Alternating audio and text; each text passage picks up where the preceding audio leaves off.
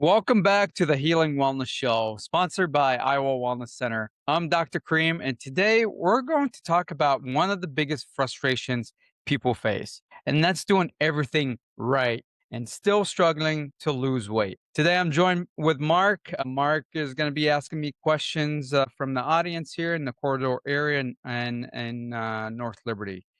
Mark, thanks for being with us, and whenever you're ready. Okay, as you said, episode one, we're going to be talking about why losing weight gets harder with age.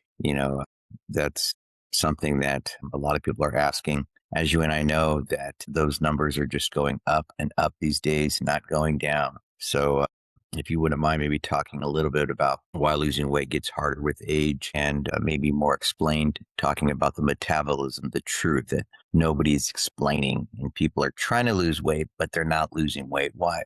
If you can talk about that, that'd be great. Yeah, the biggest thing really, like you said, metabolism. A lot of people come in and be like, "Hey, I feel like, I can't lose the weight or I'm gaining it and I've tried everything and it's just not coming off."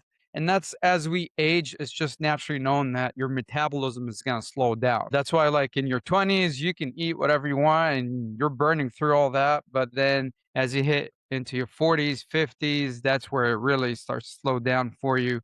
With men, you start to see, they start to develop those man boobs that, they call it the beer gut, but it's just that gut starts to develop. But that could also be a hormone thing because hormones, as well as you age, hormones do decrease. So for males, it's usually, hey, it might be a higher estrogen. That's why you start to develop, the man boobs and the belly. And for females, it's the being moody and yeah, that's all hormonal shifts in the body that naturally as you age, it's going to decrease. Hormones are very important because if you don't manage them throughout life, that's where you start to hear with older population that, hey, I've got decrease in my bone density. So now, when they fall, it's easier for them to break a hip, break a leg. And that's part of hormones over time. That's really the testosterone. Women and men have testosterone, and that when that decreases, you could develop a decrease in bone density or heart issues, so heart attacks or any types of heart issues, or like brain disease, like Alzheimer's and dementia.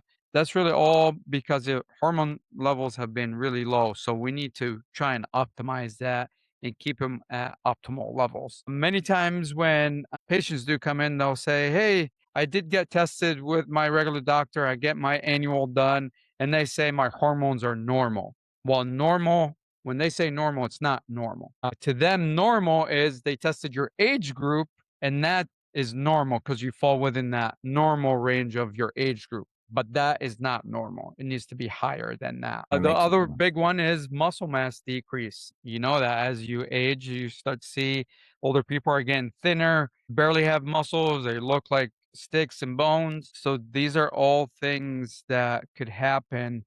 And obviously, increase in stress. Sleep usually isn't that great, where we're hey, tossing and turning and waking up multiple times, maybe going to the bathroom multiple times. So inflammation starts to increase in the body. So that's why looking at the metabolism, looking at the gut health to try and decrease inflammation, try and manage hormones by checking out your blood work in detail. These are all things that in our clinic, that's what we look at when someone says, "Hey, I'm having a hard time losing weight." wow. Another big question, doctor, would be why are calories alone not the full answer?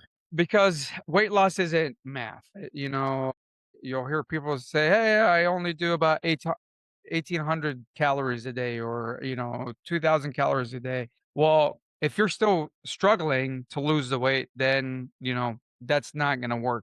So it's not just about math. Again, it's about the hormones. It's about decreasing inflammation, looking at your gut health. Do you have stress in your life? Is that causing stress to your body? But really, it's all about looking at the metabolic function as a whole, because that affects how the body stores the fat or does it burn it.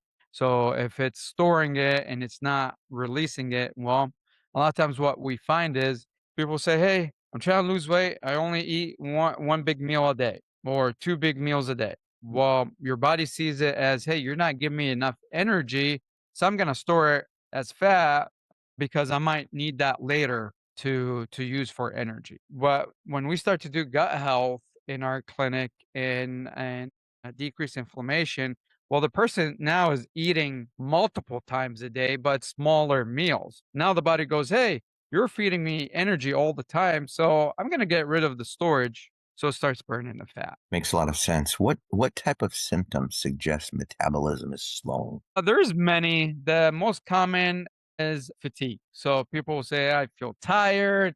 I want to take naps more during the day, or I'll eat a meal and I feel tired that I want to take a nap. Obviously, the belly weight gain, where it's usually, hey, this is the area of concern for me, where and there it's the belly. Brain fog is another one, or memory problems where, hey, I walked into a room, I forgot why I walked in the room, or I forgot where I put my keys, or forgot where I parked my car. And then obviously the cravings, and these are cravings of, hey, sugar cravings, salt cravings. These all indicate different things with metabolism. So, uh, and the other big one that we see is poor sleep.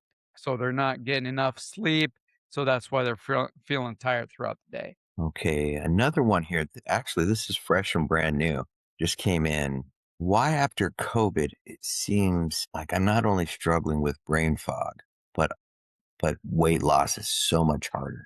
So if you're talking about specifically about COVID, I mean, there's lots of different things that have come out where, you're seeing the after effects of COVID. But again, that doesn't stop us in our clinic. We still will evaluate you as a whole, where we need to look at your metabolism, the inflammation, the hormones is the other big one. And then if it is truly like a virus that caused something like that, then we have an option as well of doing ozone IV. We've used that multiple times, especially the Ebu, which I call it the oil change of, or it's the oil change of your body, where we're cleaning the blood, filtering it, and putting more oxygen in there. That we've used many times with bacteria, viruses, and things like that. Awesome. What's the biggest mistake people make? The biggest mistake, I would say, people will say, "Hey, I exercise all the time. I exercise, 6, 7 days a week, and I'm not seeing any change in my weight."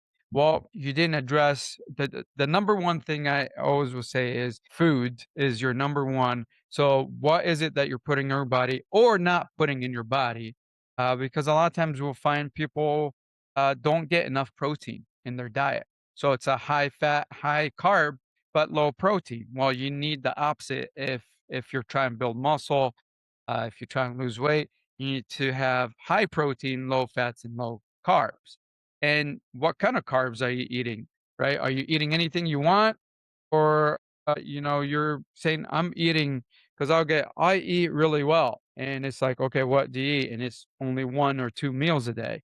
Well, again, you're starving your body, you're over exercising, so you're not giving it enough calories. And then, like I said, hormones. As you're aging, while your hormone levels are still decreasing, no matter if you're exercising or not. But food is number one. Obviously, exercise is number two, and then I would say sleep is number three. So if you're not getting enough sleep for that body to rest, then yeah, you're going to have issues as well. Next episode, we're going to be diving into insulin resistance and why many people are unknowingly stuck in fat storage mode.